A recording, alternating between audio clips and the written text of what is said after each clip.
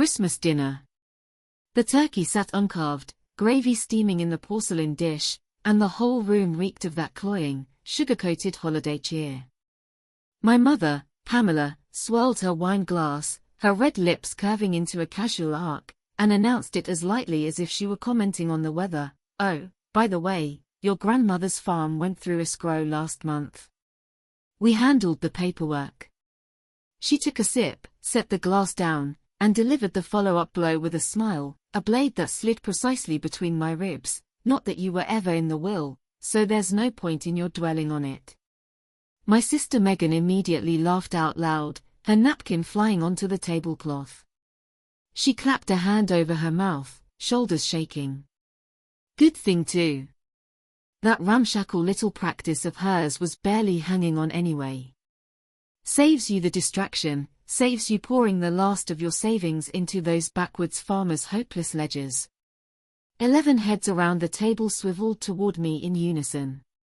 My aunt's carving knife froze mid-slice, my cousin's fork hovered in the air, even my cousin who usually kept her nose in her phone looked up.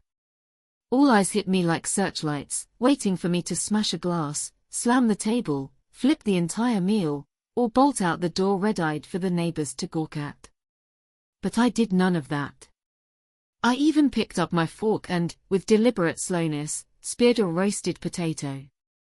Crisp outside, fluffy inside, the salty richness of the gravy melting on my tongue.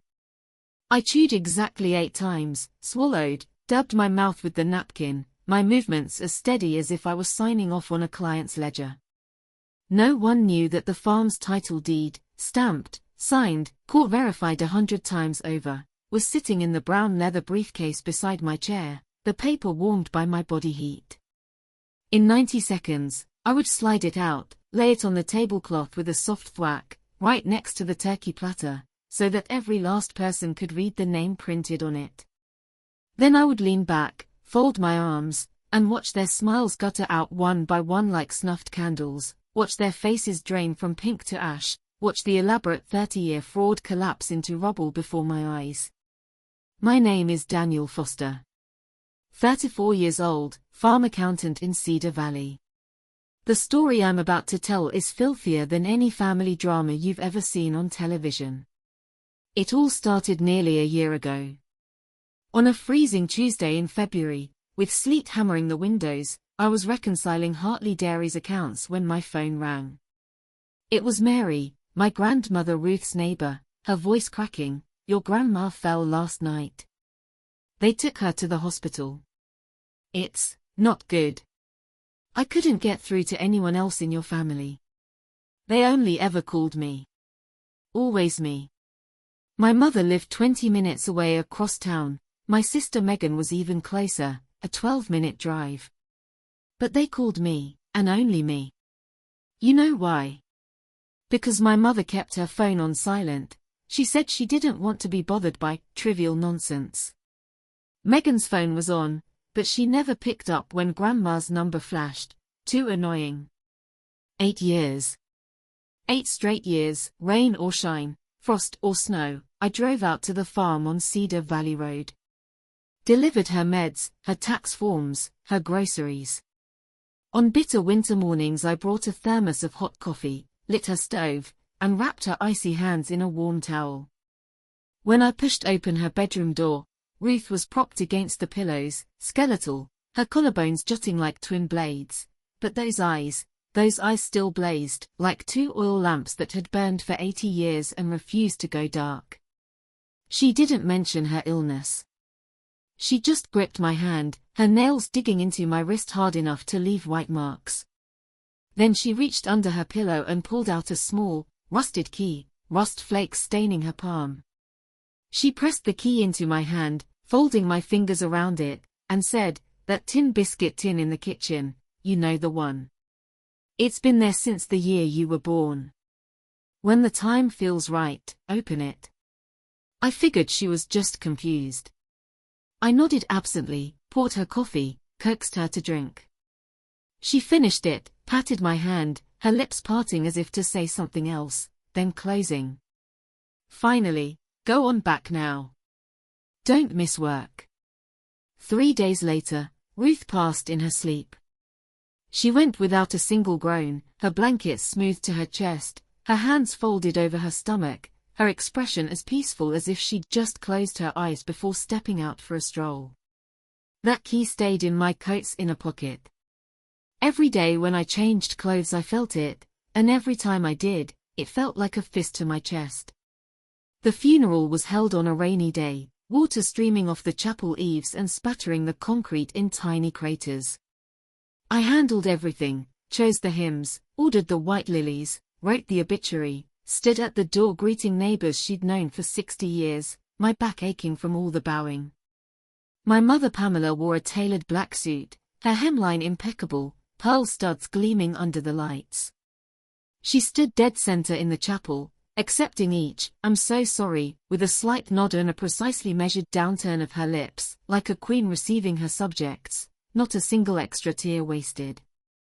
My father Thomas lurked half a step behind her, a mannequin in a corner, head bowed, his suit cuffs frayed, never uttering more than 3 words at a time. Megan leaned against the wall scrolling her phone, thumb flying, occasionally lifting it to snap a photo of a wreath for social media, captioning it, "Forever in our hearts red heart hash," and racking up 20+ likes in seconds. At the repast, before the beef stew had even stopped steaming, my mother leaned into my ear. Her perfume, that Dior she only wore for formal occasions, filled my nostrils.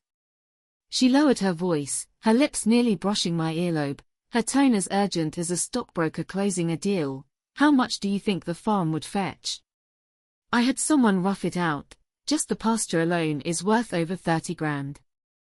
The house is old, but the land value." I thought I'd misheard. My grandmother's body wasn't even cold, and she was sitting beside me discussing how to liquidate her remains.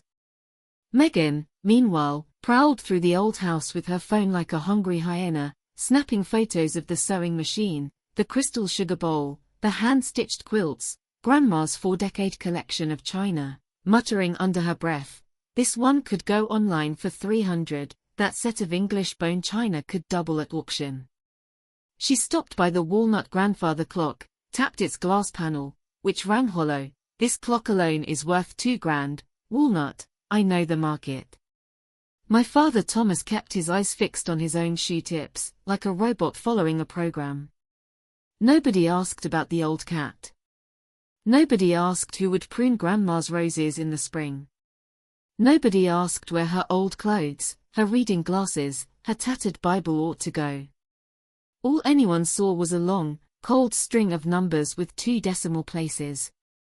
I stood by that rust-streaked tin box in the kitchen, my fingers brushing the jagged teeth of the key in my pocket, and a chill shot up from the base of my spine to my neck. But I held back. I told myself they were overwhelmed by grief. People say things in extremes that they'd never utter normally. They couldn't really mean it. I was as naive as an ostrich with its head in the sand. The Real explosion came in April. That month blew my entire worldview to pieces. My cousin Brian, the one who always smelled of cheap cigarettes and outdated cologne, a notary public on the side, called the whole family together to read the will in my kitchen. He wore a grey-blue shirt, collar shiny with grease, one cufflink missing. On the table sat a supermarket coffee cake, the kind that comes in a box and sticks to its paper tray when you slice it, and a manila envelope stamped, Miller Notary Services. Brian put on his metal-framed reading glasses, a long scratch across one lens, and cleared his throat theatrically, pitching his voice up like an actor on stage. "All real estate, bank deposits, securities, and personal effects of Ruth Foster are hereby bequeathed in their entirety to her daughter-in-law, Pamela Foster, in grateful recognition of her years of devoted care." My mother's eyes instantly welled up. The tears came fast and on cue, like a faucet turned on. She bowed her head, dabbed her eyes with her napkin, her shoulders trembling just enough, a flawless performance of a filial daughter-in-law mourning her mother-in-law. Megan grabbed her hand, fingers interlaced, heads leaning together, a tableau that looked like it had been rehearsed 300 times. Everyone at the table, aunts, uncles, neighbors, sighed with sentimental approval. The will was plain as day, no beneficiary named me, no witness named me, not even a passing mention. I might as well have been a torn-out appendix, vanished. I sat there quietly, fingers laced over my knees, spine straight. All 11 of them swiveled to look at me, waiting for me to explode, to pound the table shouting, "This isn't fair," to crumble like a 30-year-old doormat and whimper, "Why not me?" But I didn't. I let out a laugh. A soft one, like a pebble dropped into a deep well, its echo glancing off the kitchen tiles before dying. Brian's chuckle caught in his throat, my mother's tears froze on her cheeks, Megan's mother-daughter tenderness stalled for half a second. Because two things, like red-hot nails, had hammered themselves into my brain at the same moment. First, devoted care. I laughed out loud in that kitchen just from hearing those words. Ruth and Pamela had been at war for 30 years, two feral cats, each bristling at the other. Pamela thought Ruth was rustic, stubborn, and meddlesome. Ruth thought Pamela was vain, mercenary, and all show. The only time they ever came close to shaking hands was the day my brother Adam died 30 years ago. Pamela sobbing in bed, Ruth standing at the door with a bowl of bean soup, the two of them separated by a threshold that neither ever crossed. Ruth using the phrase, devoted care, for Pamela. She would have choked to death on a branch of her own jujube tree before uttering such words. Second, the signature. I had seen my grandmother sign over 100 documents, checks, contracts, powers of attorney, livestock permits, medical consent forms. Her handwriting was always scrawly, crooked, letters like wheat blown sideways, sometimes ending in a long trailing tail, as if the pen were reluctant to finish. But the signature on this will, clean, upright, each stroke evenly weighted as if traced with a ruler, as if practiced 100 times on a copybook. And I had fed Ruth her medicine for the last 2 months. Her hands shook so badly she could barely hold a spoon, half the dose ended up on her bib every time. She absolutely, could not have written this. The date typed at the bottom said, "This will is executed 3 weeks prior to the testator's death." 3 weeks. At that point, Ruth's right hand couldn't even lift a cup of water. I thanked Brian politely, took a slice of that coffee cake, never ate it, it sat on my passenger seat all night and by morning was hard as a brick, then excused myself. As the door closed behind me, I heard the whispers, "He didn't kick up a fuss. Is he in shock?" Driving back to my office, my hands steady on the wheel, my brain churned like 100 blenders at once. I replayed a detail I'd nearly forgotten. 2 years earlier, one autumn afternoon, I had driven Ruth to a law firm in the county seat. She said she needed to sort out some tedious affairs and told me to wait in the lobby, adding, "This is my own business, you don't need to listen." She'd always been clear-cut like that, every item in its own compartment, just like her ledgers. An hour later she came out holding a sealed manila envelope, its cover labeled in ballpoint, "King Law, strictly confidential." Then she pulled a business card from her bag and slipped it into my jacket's breast pocket. "Keep it. You never know when you might need it." That card was embossed with gold lettering, "Sarah King, Esquire, Estate Law, 23 years practice." I went home, found that old jacket, and pulled the card from its pocket. The edges were curled, but the number was as clear as the day it was printed. The next morning, I dialed. 4 rings, then a calm female voice, "Sarah King's office." I gave my name.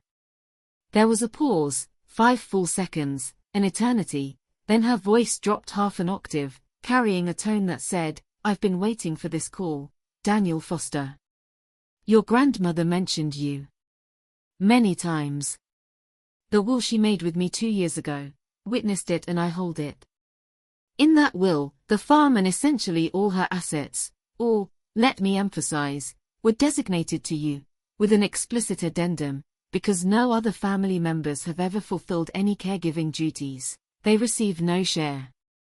She paused, letting it sink in. If any will with a later date appears, it is unquestionably forged. Because the copy I hold is the final version. Your grandmother insisted I lock it in my safe. She didn't even keep a copy herself. She said, keep it here where no one but Daniel can get it. I hung up, leaned back in my chair, and stared at the water stain on the ceiling for a long time. Then I started laughing.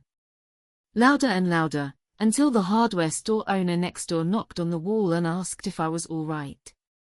I steadied myself on the desk, went to the bathroom, splashed cold water on my face, and said to the red-eyed man in the mirror, Ruth, you knew all along, didn't you? You figured everything out. I didn't act immediately. I made one call, to Brian. My voice was light, as if we were chatting about the weather. Brian, I'm sorting through some papers and I'm noticing a date discrepancy. Can you tell me exactly when Grandma came to your office to sign that new will? What time? How did she get there? The other end immediately tied itself in knots. His replies went from, to, well, to, I'll have to check, like a stuck tape recorder. Finally he squeezed out, she asked me to make a house call. You know, elderly folks, not easy to get around. Perfectly normal. People change their minds at the end all the time, Daniel. You have to be understanding. Who witnessed it? I pressed. My assistant. I'll need to look up the file to give you the name. A notary who can't remember the witness to his own will. That's like a chef forgetting what he cooked yesterday. It was a hole big enough to drive a truck through, shattered glass, wind whistling in from every crack. I thanked him, hung up, and opened a hidden folder on my computer. In it was a recording, made a month before Grandma died, while I was organizing her pillbox in her room.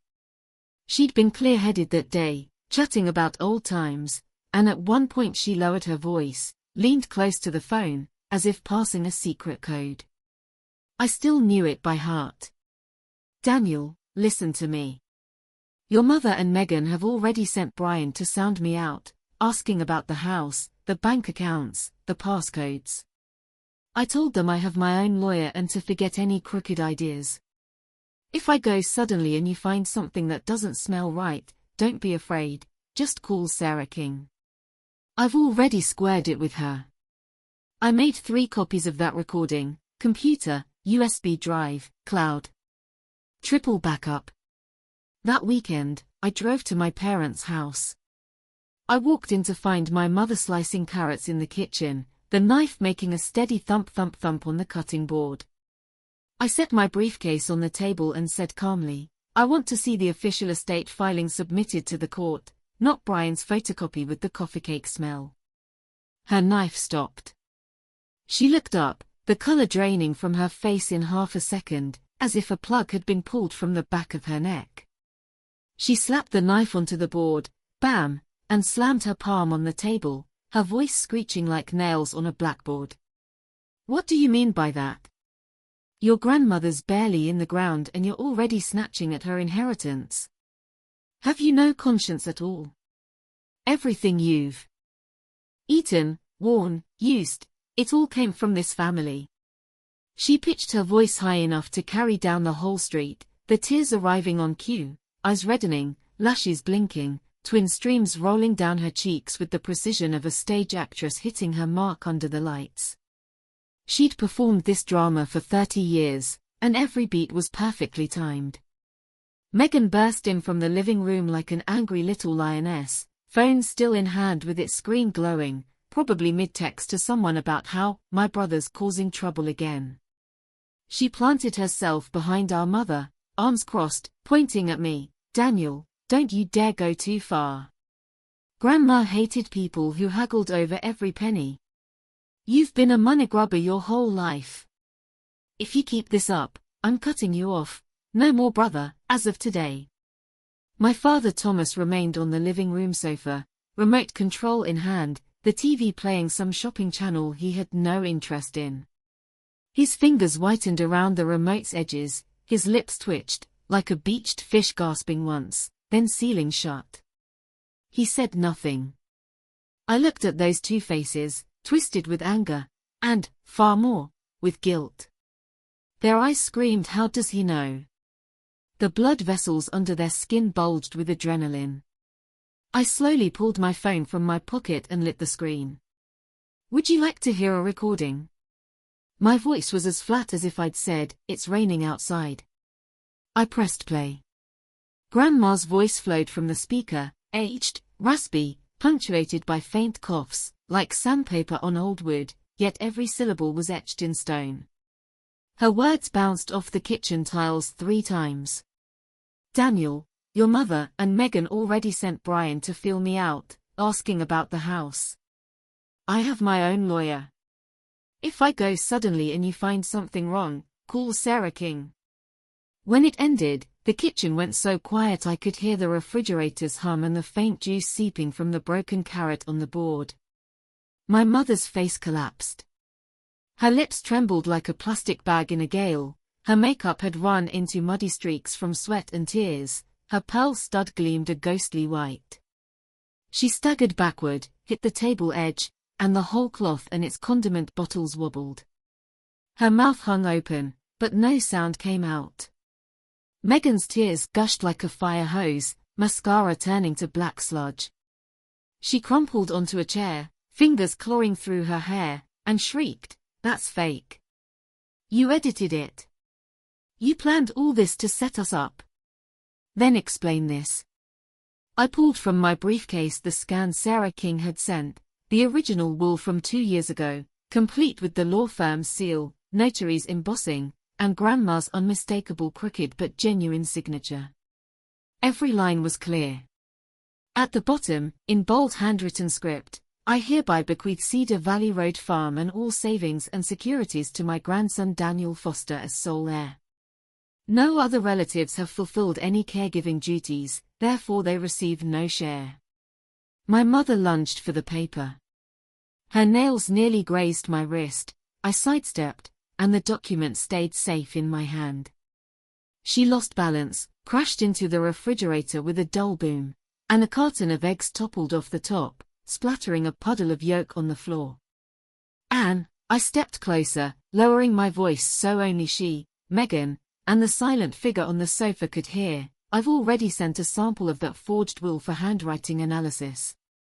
Results in 3 days. I also pulled the security footage from Brian's office for that week. He never went near the farm. On the Tuesday afternoon in question, he was wearing that grey-blue shirt and playing 3 hours of golf on his computer, plain as day on the front desk camera. Do you want me to call the police right now and let them explain the penalties for forging official documents? Or will you explain to the judge why, 2 weeks after your mother-in-law died, £74,000 was transferred from her account into yours?" My mother's face went from white to grey, then grey to livid. She stopped pretending. She pushed herself up off the floor, her hair half undone, one pearl stud lost somewhere under the stove. She raised her head and fixed me with a look I'd never seen and would never forget, a look that held an entire hell, hatred, venom, despair, madness, like a cornered viper gathering its last drop of poison to bite through its enemy's throat. "You think you've won," she hissed, the words grating out like a grinding wheel. "I raised you for 30 years. Every school fee, every meal, every shirt and shoe, it all came from me, your mother. And you think you're some saint? You're nothing but. What am I?" I cut her off, and my voice finally shook, not from anger, but because 33 years of damned water burst through in that moment. 8 years? How many times did you visit Grandma? Count on your fingers, one hand enough. Who paid for her meds? Her walker, her blood pressure pills, her coughing fits at 2 in the morning for the last 2 months. Who sat by her bed? You? Or your precious daughter who can't put down her phone? Where were you the night she died? Where were you? I shouted those last 3 words, and the kitchen window rattled. Megan was completely wrecked in her chair, sobbing so hard she was gagging. My father Thomas finally rose. He set down the remote and walked toward me, each step like treading on nails. His eyes were bloodshot, his lips pressed to a thin line. I thought he was about to defend my mother. He'd always taken her side for 30 years, no matter how wrong she was. But he didn't. He reached into his back pocket and pulled out a folded piece of paper, creased so many times the folds had worn white. He pressed it into my hand, his hand trembling, his voice like wood rasped with sandpaper. Your mother asked me to fake a disclaimer, a waiver of inheritance, all printed and ready for your signature. I didn't sign it. I hid it. Hid it for almost a year. I figured one day you'd need to see it. I unfolded it. A standard A4 printout, bearing the heading, Voluntary Waiver of Inheritance from Grandmother Ruth Foster's estate, dated 2 weeks after her death. My full name and ID number were already typed in, only my handwritten signature and a date were missing. If my father had, in a weak moment, signed it for me or talked me into signing it, I wouldn't have a leg to stand on. I folded that document and placed it in my breast pocket, right next to the business card. Then I turned to face my mother, her face a grotesque mask of shock, collapse, and rage. The kitchen bulb cast a sickly glare over her, the egg yolk oozed from the fridge door, puddling on the tile in a sticky yellow stain. My mother let out an inhuman shriek, shrill, tearing, like a blade through satin. She grabbed a glass spice jar off the stove and hurled it at my father. He ducked, the jar exploded against the fridge, splattering dark soy sauce across the wall, dribbling down the tiles like dried blood. Megan screamed, "Mom, stop it! Stop!" and tried to grab her waist, but Pamela shoved her away, and Megan stumbled into the table edge with a dull thud. Pamela tore at her own hair, those carefully maintained strands unraveling and sticking to her sweat-slicked cheeks. She pointed at my father with a voice I'd never heard, completely unhinged. "You spineless coward. You good for nothing. 35 years I've been married to you. You've never given me anything. You couldn't even sign a piece of paper. I should never have married you. I should have thrown you away along with everything else." I stood in the middle of that wreckage, shards of glass, soy sauce dripping down the wall, scattered carrot pieces, my sister gagging in her chair, my mother like a banshee, my father pale and trembling against the wall. I felt a weariness unlike any ordinary tiredness, as if the deepest string inside me had snapped, and all sound dissolved into a humming void. I refolded the forged waiver, slipped it back into my pocket, picked up my briefcase, and walked toward the door. At the threshold I paused, not turning around. My hand on the doorknob, my back to that ravaged kitchen, I left one sentence. The forensic report comes out next week. I will formally sue Brian for forgery. As for the rest of you, if you want to settle this privately, withdraw every contest to the farm's ownership within a week, and stop obstructing me. Otherwise, I'll see you in court. The instant the door closed behind me, I heard another crash of breaking china from inside. God knows what else got smashed, and Megan's exhausted, hiccuping sobs. I leaned against my car door, sucking in a deep breath of that late February air, dry, sharp, tinged with the scent of distant field burning. The tide of 30-plus years of rage finally began to ebb. I reached into the passenger seat, my fingers brushing the edge of that manila envelope, thick, firm, holding legal papers with my name on them. Months later, I would carry that envelope to the Christmas dinner table. At the moment when everyone thought the farm had already been sold by my mother, when they all waited for me to break, I would pull it out, lay it flat on the tablecloth beside the turkey platter. And the name on it would be mine. And the 11 faces across from me wouldn't be able to swallow another bite of turkey. They'd stare at that paper like a bolt of lightning splitting the room, and every smile, every sneer, every self-satisfied calculation would turn to ash in that white flash. I got in, started the engine, and drove along Cedar Valley Road through fields dusted with a thin frost. The sky ahead was leaden, pressing low on the horizon. But I knew that the lamp in Grandma's kitchen, the old desk lamp I used to switch off every Tuesday night before I left, was burning now, forever. It burned for me. Ruth's aged but clear voice rang through the kitchen. Your mother and Megan already sent Brian to sound me out. If I go suddenly and you find something wrong, call Sarah King. My mother's face drained of all color. She stumbled back, knocking over a glass of water on the table. Megan screamed, "That's fake. You edited it." "And what about this?" I pulled the scan from Sarah King's email, the original will, notary seal, lawyer's signature, Grandma's authentic scrawl, all complete. Black and white, I bequeath Cedar Valley Road Farm and all savings to my grandson Daniel Foster. No other relatives have fulfilled caregiving duties, therefore they received no share.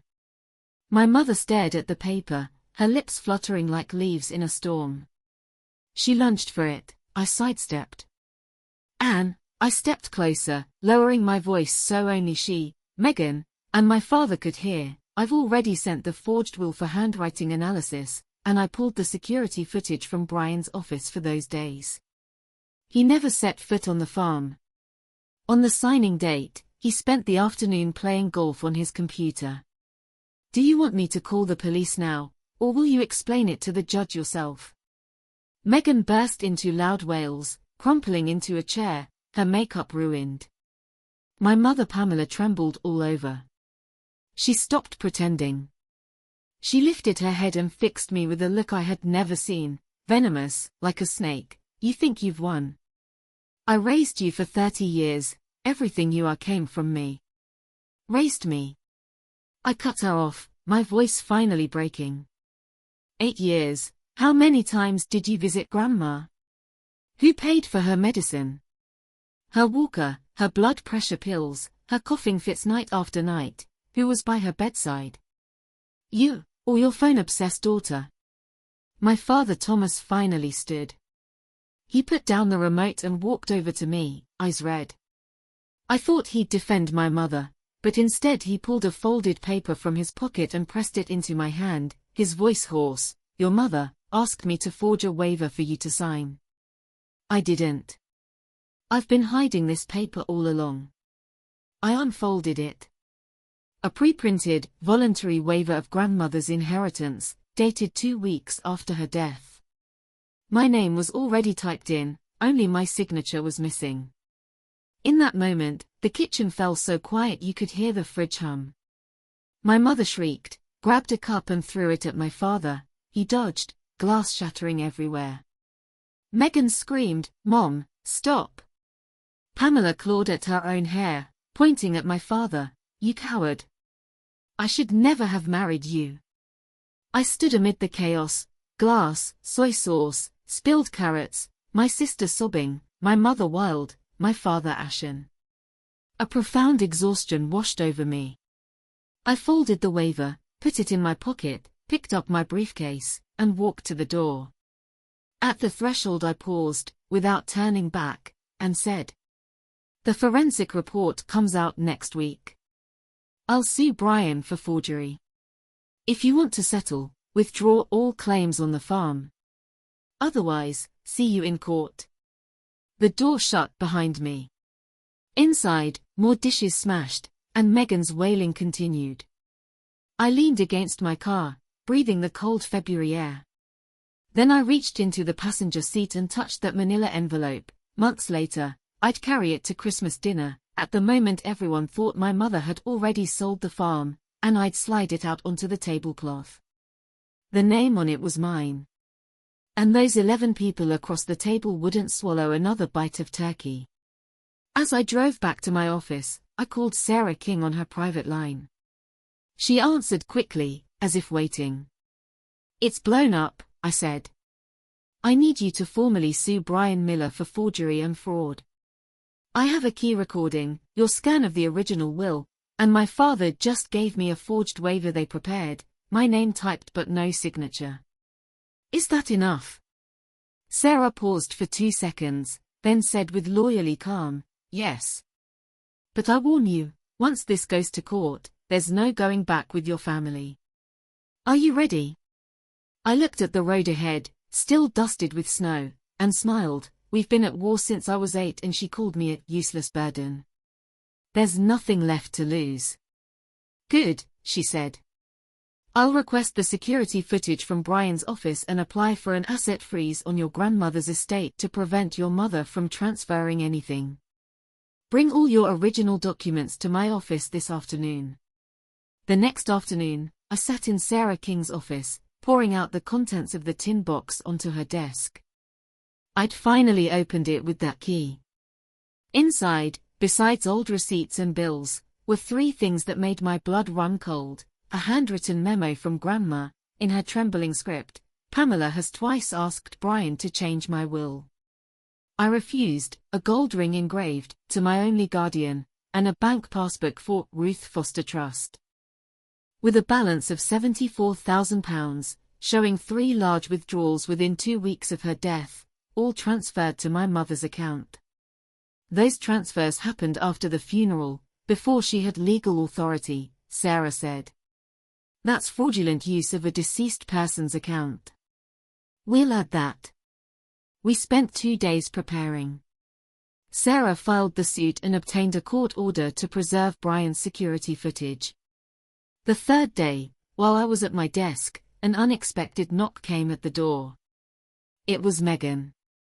She wore no makeup, her hair in a messy ponytail, eyes swollen, clutching an old envelope. She hesitated in the doorway, then whispered, "Can I come in?" I let her in. She sat across from me and pushed the envelope forward, her voice rough as sandpaper. "Mom told me to burn this, but I kept it. It's a letter Grandma wrote to you 2 weeks before she died." Mom took it from the farmhouse kitchen drawer. I opened it. 2 folded sheets, filled with Grandma's familiar, crooked handwriting. "Dear Daniel, if you're reading this, I'm gone. I hid this in my sewing box because I trust no one but you. Pamela and Brian have approached me 3 times to change the will in her favor. I refused. But I'm afraid they'll tamper with it after I die. So I've given full authority to Sarah King and recorded a message on my old phone, tucked inside the farm almanac in the attic. Get it? Also, under the old oak tree north of the farm, there's an iron tin with the original land deed my father left me. That's the real proof of ownership. The town office has a clerical error in the lot number, but the old deed is legally binding. I didn't tell anyone for fear your mother would find out. Remember, numbers don't lie, people do. You're the only one I trust. Always yours, Ruth." My fingers trembled as I read. Megan was already crying. "Daniel, I knew Mom was lying all along. I heard her on the phone with Brian, saying, as soon as the old woman croaks, swap the will. I was so scared I never said anything. I'm so selfish. I'm sorry." I looked at her for a long moment. Something heavy in my chest eased. She was only 24, raised in our mother's shadow, timid, not malicious. I folded the letter, put it away, and asked softly, "Will you testify?" She nodded fiercely. Yes. The next morning, I climbed into the farmhouse attic. In the farm almanac, I found the old Nokia. Charged it, found one voice recording, and played it. Grandma's aged, coughing voice, "I am Ruth Foster, born 1953. I declare that I have never signed any will leaving the farm to Pamela Foster. My will, executed 2 years ago with Sarah King, leaves everything to my grandson Daniel. Any document to the contrary is forged. I make this recording to set the record straight." I copied that recording multiple times. That same day, Sarah got the court order. The footage showed Brian never left his office during the 3 weeks before Grandma's death, never made the hour-long drive to Cedar Valley. And the handwriting on the witness line, which Brian claimed was his assistant's, matched Brian's own. We had everything. 3 weeks later, we went to trial. I wore the grey suit Grandma had bought me years ago from a thrift store, frayed at the cuffs, but I kept it. My mother sat in the gallery in a brand new black outfit, sunglasses on, jaw clenched like a wire. Brian sat at the defense table with a high-priced lawyer, sweating through his composure. My father sat in the back row, head down, like dry wood. Megan sat beside me, gripping tissues. Sarah laid out every piece, the original will, the handwriting analysis, the security footage, the bank transfers, Grandma's recording, the letter, the forged waiver. Each exhibit drew gasps from the gallery. When Sarah played the recording, the courtroom fell so silent you could hear the light bulbs. Grandma's voice echoed, "I have never signed any will leaving the farm to Pamela Foster." My mother tore off her sunglasses, white-knuckled on the armrests. Brian's lawyer challenged the recording, but the judge ordered an immediate forensic check. It was authentic. When Megan took the stand, she was shaking, but her voice was clear. I saw my mother ask Brian to print that fake will, and she asked me to sign as a witness. I refused. She had Brian sign it himself. I was so afraid. "I'm sorry, I admit my fault." My mother shot up from her seat. "You liar. You ungrateful brat." The judge banged his gavel 3 times. The bailiff stepped in. Brian eventually confessed, claiming Pamela had pressured him. All charges stuck. The verdict: Brian Miller, 2 years suspended, notary license revoked. Pamela, found complicit, ordered to repay the fraudulent transfers and placed under community supervision. The court confirmed the 2-year-old will held by Sarah King as the sole valid one. The farm and all savings belonged to Daniel Foster. Outside, I heard my mother being helped out, repeating, "I'll appeal." Megan followed, glancing back at me with apology and relief. My father was the last to come out. He walked up to me and held out his hand. I took it. He opened his mouth, then just squeezed my shoulder and walked away. That night, I sat alone in the farmhouse kitchen with the tin box and the iron come from under the oak tree. Inside was the yellowed deed, the lot number slightly different from the town's record, but Sarah confirmed it was still legally valid. I locked it with the title deed in Grandma's desk drawer. Months passed quietly. Summer came. I planted tomatoes and beans in the garden, like Grandma used to. The old cat came out of the barn and rubbed against my leg. I left the door open. I kept running my practice, and turned the farm into a free financial training center for small farmers. Near Christmas, my mother called. She sounded older, drained, no longer sharp. "Daniel, what are you planning to do with the farm? I heard you started some training center." "That farm?" She paused. "It was my home for 20 years. I held the phone, then said, "Mom, you never treated it as home. You treated it as a cash machine."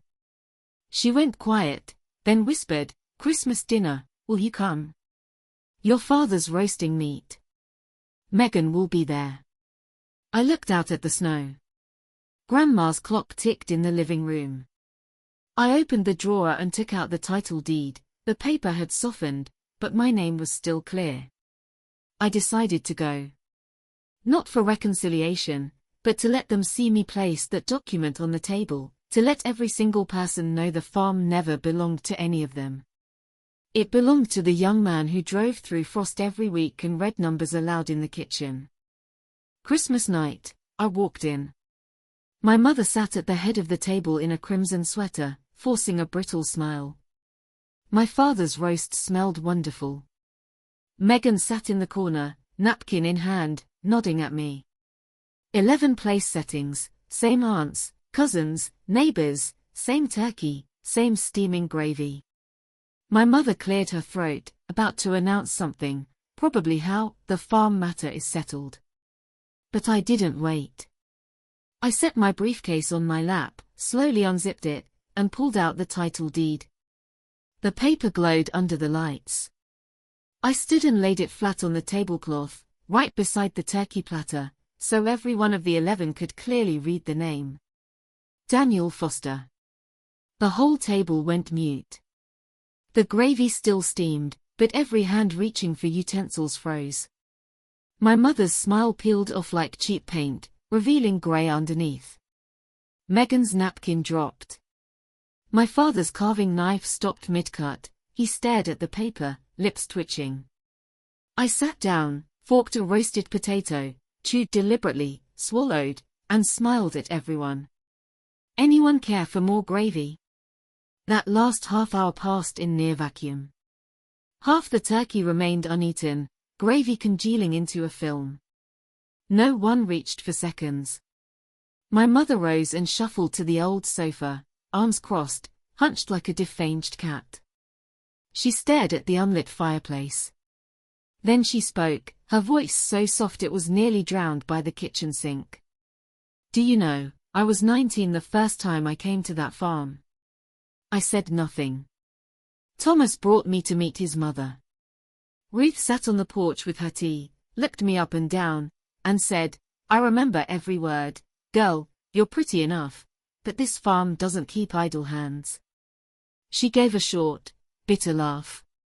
After that, every summer I weeded, fed chickens, washed curtains, never got a kind word. When I was pregnant with you, she only said, then have it, and didn't even offer me hot water. She twisted the hem of her sweater, knuckles white. Then you were born, and she held you for an entire afternoon, humming that old tune. I stood at the bedroom door, watching her back, and thought, what did I do wrong? Why did she love you? Why not your older brother? I froze. I don't have a brother. My mother looked up, eyes red, her mouth curving into a nearly tragic smile. You wouldn't know. His name was Adam, 3 years older than you. Umbilical cord wrapped around his neck, lived only 3 days. Ruth never mentioned him, Thomas never mentioned him. Only I remember. When I carried that tiny bundle home from the hospital, Ruth stood at the door and said only, go lie down. Not a tear, not a word of comfort, nothing. The kitchen water stopped. My father stood in the doorway, apron still on, hands dripping at his sides, ashen. He opened his mouth but made no sound. My mother didn't turn, continuing as if to herself, I've always thought she poured all the grief and love meant for that lost child onto you. When you spent summers at the farm, the way she looked at you, nothing like how she looked at me, at Thomas, at Megan. You had that chosen thing I never got. She finally turned to face me, her eyes wet but tearless, lower lip bitten white. So I resented it. Resented that while she was alive, she gave you everything, and after death, even those few acres still went to you. I waited on her for 30 years, carried water, held bedpans, scrubbed windows, clipped her nails. It was all expected, never appreciated. But you brought a pot of coffee once a week and she treated you like an angel. Tell me, Daniel, wouldn't you have resented it too? The room fell silent. Megan sat in the corner, napkin clutched, eyes red. I heard my own heartbeat, like the pendulum of Grandma's old clock. When I spoke, my voice was calmer than I expected. You waited on her for 30 years, I didn't know that, and I acknowledge it. But here's what you got wrong, you treated her as a problem to solve, not as a person. Every act of care you gave was currency you expected to cash in on a will. But the kindness she gave me, she never asked for anything in return. My mother closed her eyes and let out a long breath, as if the last of her strength had left her. She didn't argue, didn't cry, just leaned back into the sofa, silent. That night as I left, Megan ran out after me, thin cardigan wrapped around her in the December cold, voice small, will you come back, Daniel? I looked at her, thinner, shadows under her eyes, but steadier than before. I patted her shoulder, of course. You still live here, don't you? I'll keep coming. She nodded hard, nose red, then ran back inside. Driving home, snow began again. The tires crunched on fresh white. The radio played an old song from Grandma's era, the signal flickering in the hills. Halfway home, My phone buzzed, a text from my father, "Can I come to the farm?" Just me. I pulled over, looked at those words, and replied, "Yes." The next afternoon he came. He wore an old parka, its collar frayed, and mud-spotted work boots, a side of him I'd never seen. I made tea in Grandma's enamel mug, chipped rim and all. He took it with trembling hands and stood by the kitchen window, looking at the snow-patched garden. "Your grandmother's garden," he began, slowly, like turning pages of a dusty album. I helped her turn it over as a boy. I was 11 or 12, summer vacation, hoeing weeds till my back peeled. She gave me a slice of watermelon and said, "Rest a while, eat first." That was her first smile to me. He went on, "Later I grew up, married your mother, and never hoed that garden again. Your mother said it was low work. You're a white-collar man, what business do you have digging in dirt?" I listened. I always listened. She said east, I went east. She said shut up, I kept quiet for 30 years. He turned, leaning against the counter, the steam from the mug veiling his lower face. His eyes were red but dry. I wasn't a good father or a good son. I knew everything, your mother's scheming with Brian, I knew it all. I didn't stop it. I told myself it's between you two, not my place. But that choice itself, that was the biggest failure. He paused. Snow fell silently outside. He pulled a worn envelope from his inner pocket and handed it to me.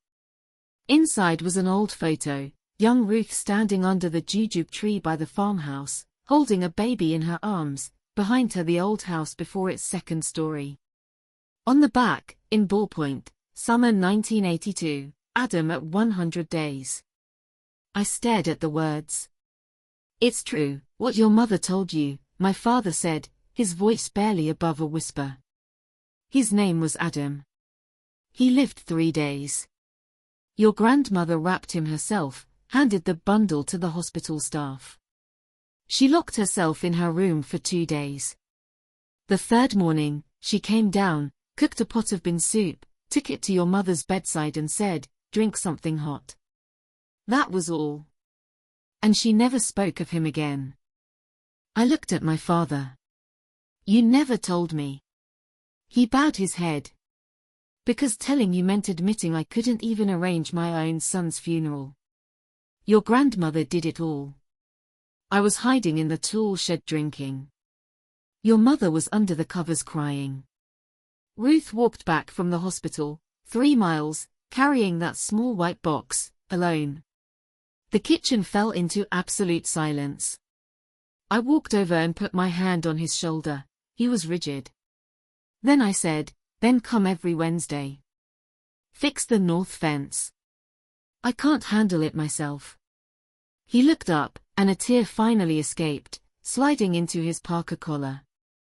He nodded, pulled out a wrinkled handkerchief, and pretended to wipe his nose. That evening, before he left, he stopped at the farmhouse gate and looked back. The setting sun gilded the old west wall. He murmured, more to himself than to me, "She kept this place her whole life, and now someone's finally keeping it." After he left, I sat on the porch steps and looked again at that photo. Grandma's smile was young, unburdened, light. She held the tiny bundle, head bent, lips slightly curved, as if humming.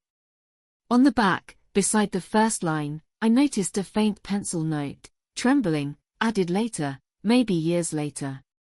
"Thank God I still have you, Daniel." I held the photo, then tucked it into the farm almanac's front page, in my desk drawer.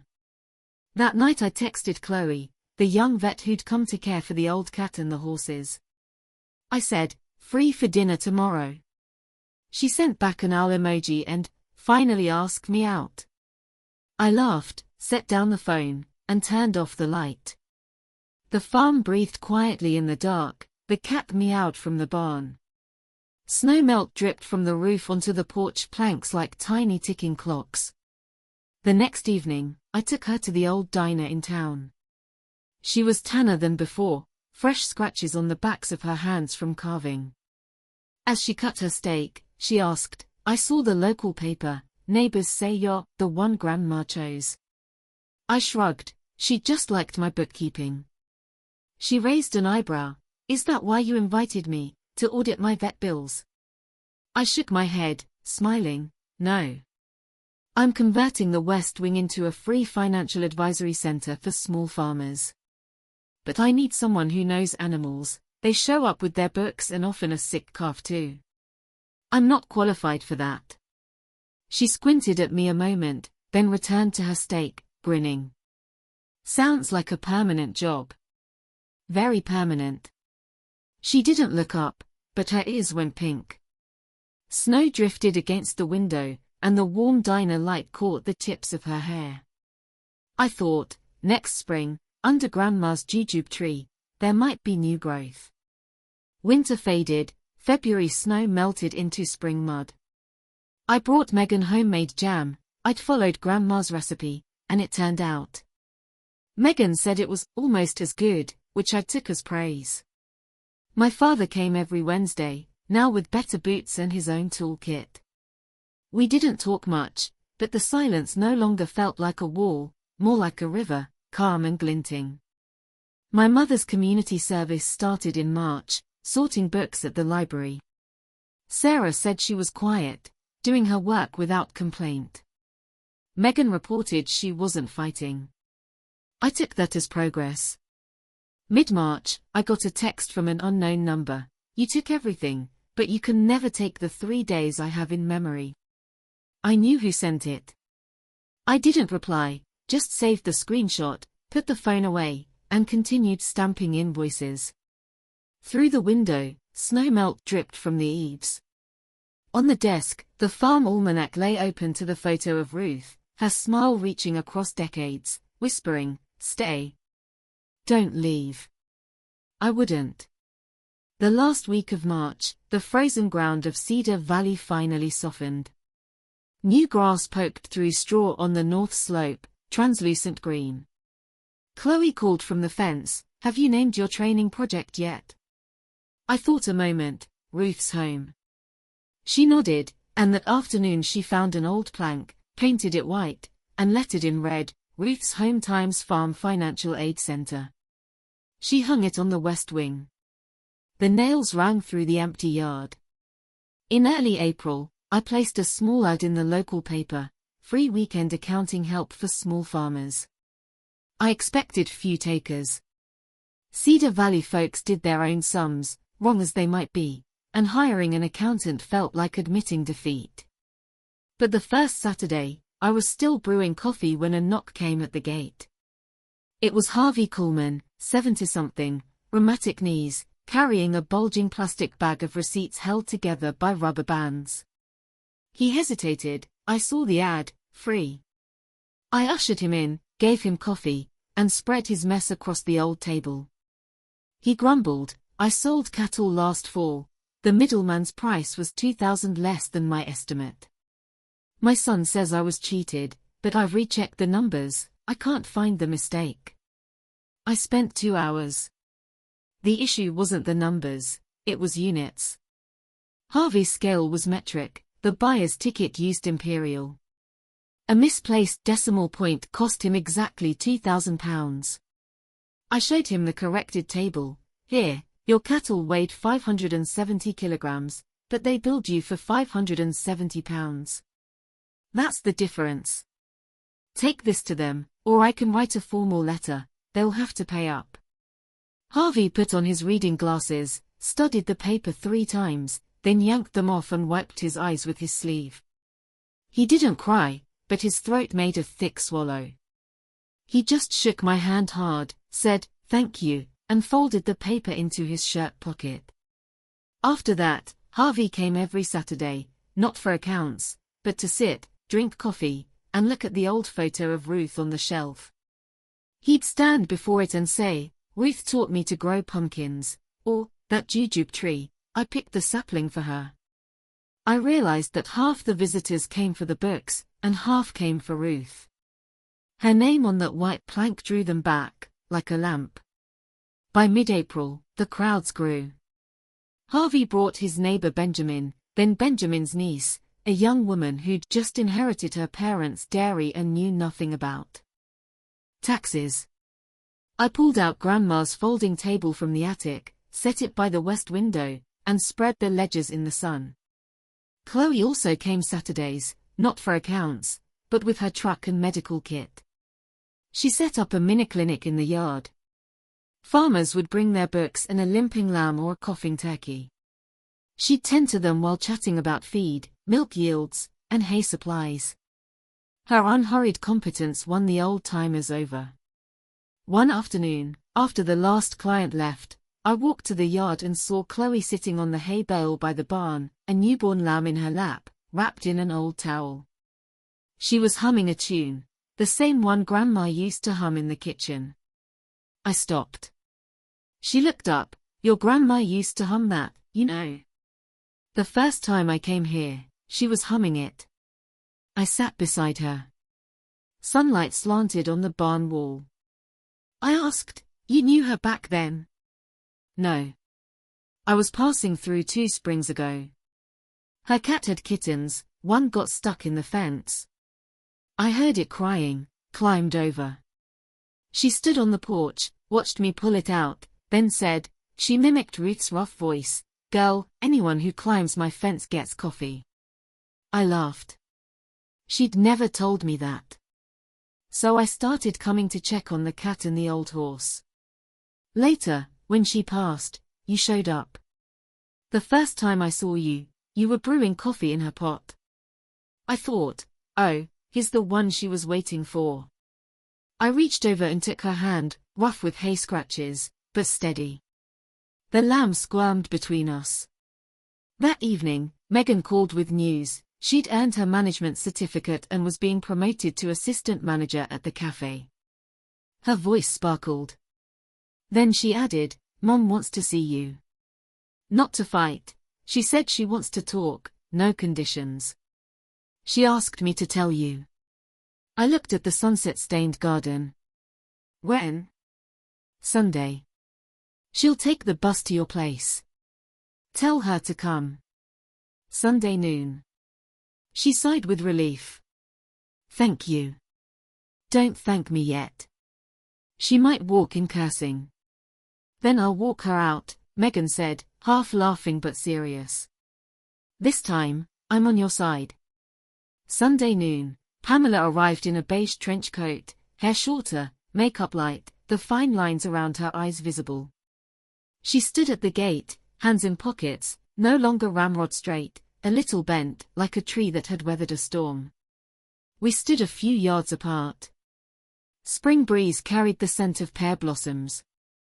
She looked at the bare ground beside the gate and said, Ruth used to grow roses here, the pink ones. I tore them out, thought they drew bugs. She'd curse me if she saw it bare. I opened the door. Come in. Coffee's ready. She sat at the old kitchen table. I gave her a mug. She wrapped her hands around it, not drinking, just warming them. She looked at the garden, newly tilled with tomato and bean stakes. I never planted a single thing in her garden, she said. 30 years, not one onion. I just sat indoors complaining about mud. But every spring she'd sit on the porch, press bean seeds into the soil one by one, straighten up with a sore back, and say, that'll feed us. She took a sip of coffee. Daniel, I spent my whole life fighting Ruth. For your father's attention, for the farm, for the title of good daughter-in-law. But after she died, I realized I'd never had one peaceful meal with her. Every time I sat across from her, I was chewing food while calculating its value. And she knew, she always knew. She set down the mug. I'm not here to fight, and I'm not here to apologize. I can't say sorry, and you probably couldn't hear it anyway. I just want to tell you, after I left the library job, I started reading newspapers at a nursing home. There's an old lady there, 89, just like Ruth. She asked me to read the financial section, and she said, numbers don't lie, people do. My coffee mug stopped mid-air. Pamela saw my reaction, and her lip twitched, perhaps a smile. I stood in the hallway for 5 minutes, then went outside and cried in the flower bed. I'd heard that phrase from Ruth 1,000 times and never listened. But from a total stranger, it finally landed. She stood, buttoned her coat, and at the door, without turning, "If you want to plant roses again, I can dig the holes for you. I know how now." She left. I sat with the warm mug. Outside, sparrows fluttered from the jujube tree to the red barn roof. That afternoon, I bought a bundle of pink rose starts, the kind Ruth used to grow. I came back to find Chloe waiting at the gate, gloves dirty, a row of shallow holes already dug beside the fence. She looked up, said nothing, just took the starts from my hands. We knelt side by side, planting them, firming the soil, watering. The spring wind stirred the new leaves. I looked up at the farmhouse, kitchen light on, the mint pot on the sill thriving. I whispered in my heart, "Ruth, look, the roses are back." The week after planting, the weather turned unseasonably warm. I opened the west wing doors wide, airing out the winter mustiness. More and more farmers came, sometimes 6 or 7 on a Saturday. I ran out of table space and spread ledgers on windowsills, folding chairs, even an overturned barrel. Chloe's clinic became so popular that farmers from neighboring valleys drove in with ailing livestock. Everything seemed to be improving. Then, on the last Tuesday of April, I got a call that made my blood run cold. The caller identified himself as Eric Morris, a state tax auditor. His voice was official, reading from a script. He said they'd received an anonymous complaint alleging systematic irregularities in Foster Accounting's tax filings and possible tax avoidance using a charitable training center.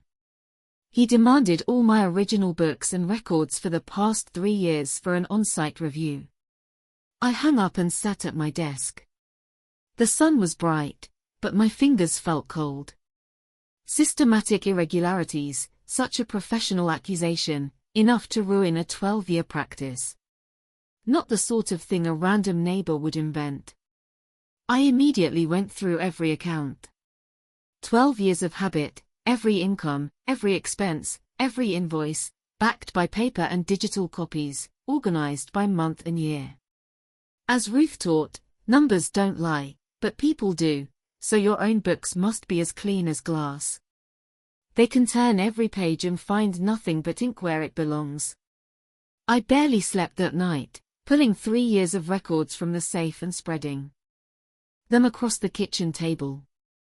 Chloe came with the horse's medicine, saw the mess, and without a word brewed fresh coffee and gathered scattered paper clips into a bowl.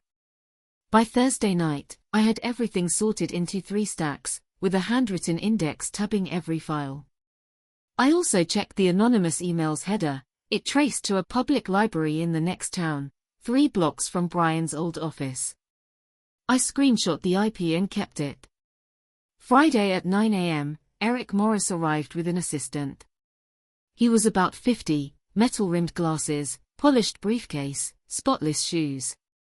He sat in the West Wing, glanced at the wall charts and the clock, and began reading a 15-minute list of requested documents. I pushed my 3 stacks and the index toward him. He blinked, surprised at the preparation, then began his review without a word. He and his assistant worked all day. I sat by the window reading, refilling their coffee. I didn't offer explanations unless they pointed to a specific file. At 6 p.m., Morris closed the last ledger, removed his glasses, and rubbed his brow. His tone had warmed. "Your books are exceptionally clean, Mr. Foster. Every transaction has corresponding receipts. The training center is purely charitable, no improper deductions. I find no basis for the systematic irregularities alleged." I nodded. "Thank you. I suggest you keep the original complaint, because," I handed him the IP screenshot, "I traced it to that same public library, which is near the office of a relative I just sued for forging a will. I don't need you to pursue it. but for your records. Morris studied it, then tucked it into his file. I'll note it. From a tax perspective, you're clear. This review is closed. At the door, he glanced back. How long have you been in this business? 13 years. No wonder. He nodded, a hint of professional respect. Your grandmother's method, she taught you well. I smiled. She said numbers don't lie. She was right. He adjusted his glasses and walked into the evening. The next day, I drove to that library, checked the camera angles, and got the manager's help to view the security footage. There was Brian, in a green-grey jacket, using the third computer from the door for about 12 minutes, typing an email, then exiting via the side door, face clearly visible. I saved 3 screenshots. I didn't go to the police yet. The complaint had done no real damage, and if I reported it now, Brian might only get a warning. I'd let him dig deeper. By late April, I'd fixed Grandma's old radio and put it on the West Wing windowsill. Farmers listened while waiting for their books. Harvey always turned the volume up and repeated the weather forecast with a grin. In the first week of May, I got a handwritten letter from my father, 2 pages of neat block printing. He wrote about his youth, how, at 18, he'd helped Ruth sell a flock of sheep, and the middleman cheated them. Ruth didn't scold, she just sat in the kitchen drinking tea all night, and the next morning said, next time, pick a better one. He did, and that agent stayed with him for 40 years. The letter ended, I've been afraid my whole life, afraid of your mother's anger, afraid of messing up, afraid of being a failure. But now, every Wednesday afternoon at the farm, sitting on the porch with your tea, those fears fade. When Ruth was alive, I never spoke to her. I avoided her because she saw through me. But after she left, I realized she was always the one who gave me watermelon. Take care of that jujube tree for me. It's what she left to me. I put the letter in the farm almanac. The old tree outside was full of new leaves, swaying in the May breeze. But peace didn't last. In mid-May, Sarah King texted, Brian's lawyer contacted me. Brian is willing to sign a supplemental confession admitting he forged the will at your mother's behest, and also that he attempted, through an intermediary, to file a fraudulent boundary change with the town land office, hoping to exploit the old clerical error in the lot number to challenge your ownership. Your original deed is the only safeguard, keep it safe. I stared at the text for a minute. Then I took the iron can from the desk drawer, opened it, and held the yellow deed up to the afternoon light. All clear, seal intact. I locked it back in Grandma's middle drawer. I didn't panic. Ruth had taught me, when your opponent starts taking detours, it means the straight road is blocked. Just guard your gate and wait for him to trip. Brian had failed with the tax complaint and was now attacking the deed. He'd run out of cards. And I knew who that intermediary probably was. That evening, I called Pamela. She answered, quiet. I asked, has Brian contacted you recently? A pause, then, he called 2 weeks ago. Wanted me to help him reopen the farm issue. I said I couldn't. He cursed me for losing his license. I hung up and haven't answered since. Did he mention an intermediary's name? Yes, a retired clerk from the land office, Fred Gray. I wrote it down. Thank you, Mom. She was silent for a long time, then whispered, Daniel, I can never repay what I owe you. But on this, I won't help them. Do what you have to. I'll even testify if needed. I held the phone, looking at the sunset-painted garden. The new roses were sprouting. I said, that's enough. Take care of yourself. I hung up, made iced tea, and sat on the porch steps, watching the sky deepen. The old cat curled on my lap. Brian was still scheming, but I wasn't going anywhere. I sat, guarding Ruth's land, her trees, her roses. He could play every card, I'd wait him out. That was Ruth's final lesson: when you hold the truth, you don't rush to show it. Just wait. The next morning, I called Sarah, gave her Fred Gray's name. She said she'd already checked him, retired, 67, no record. He might have been used without knowing. But tools can be witnesses, if they are willing. I called the town land office and asked if anyone had accessed the lot records. The clerk confirmed that a retired colleague, Mr. Gray, had requested a file 2 months ago, for a private client. I didn't confront Fred Gray right away. I spent 2 days doing what Ruth taught, connecting the threads. I photographed the old deed, printed copies, compiled a dossier with the will, the court judgment, and the deed photos. Then I made an appointment with the town's land records supervisor, officially submitting the old deed for verification. That created a formal timestamp. Anyone trying to manipulate the records would hit a stone wall. Then I drove to Fred Gray's small house.